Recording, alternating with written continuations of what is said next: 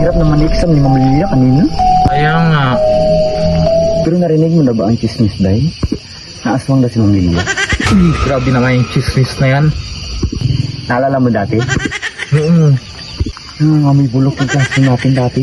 Yun pala, hilaw ng puso ng tabo. Ang ulam ni Ma'am Lilia. Hala, seryoso? Paano mo nalaman? Siyempre, nakikain ako. Di joke lang. Siyempre nakita ako sa table ni Ma'am. Kilala mo si Angel, di ba? Ay, yung nawawala. Oo, sabi nila, si Ma'am Lilia daw ang huling kasama ni Angel. Ah, O siya, dito na ako.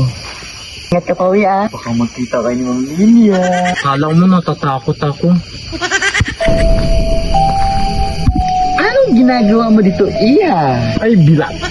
Anong bilat? Ay, Ma'am Lilia, ikaw pala yan.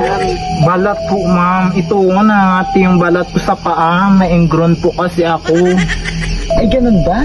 Umuwi ka na. Bilog pa man ngayon ng buwan. Ganitong oras pa man naglalabasan ng mga aswang. Sige, ma'am. Dito na ako. See you tomorrow.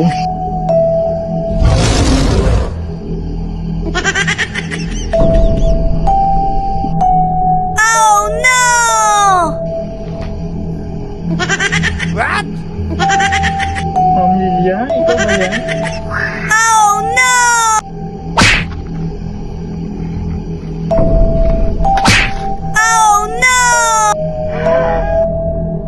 Oh my God. Ano mga kapitbahay? Hala, walang tao.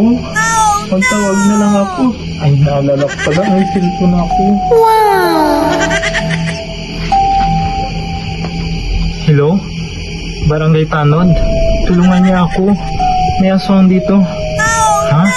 Address? Anong address na nga ito? Barangay Ipilan. Oh my God. Salamat po. Bubog po akong estudyante. Oh my God. Tao. Diba nung Teacher's Day, binigyan kita ng chocolate. Leave me alone.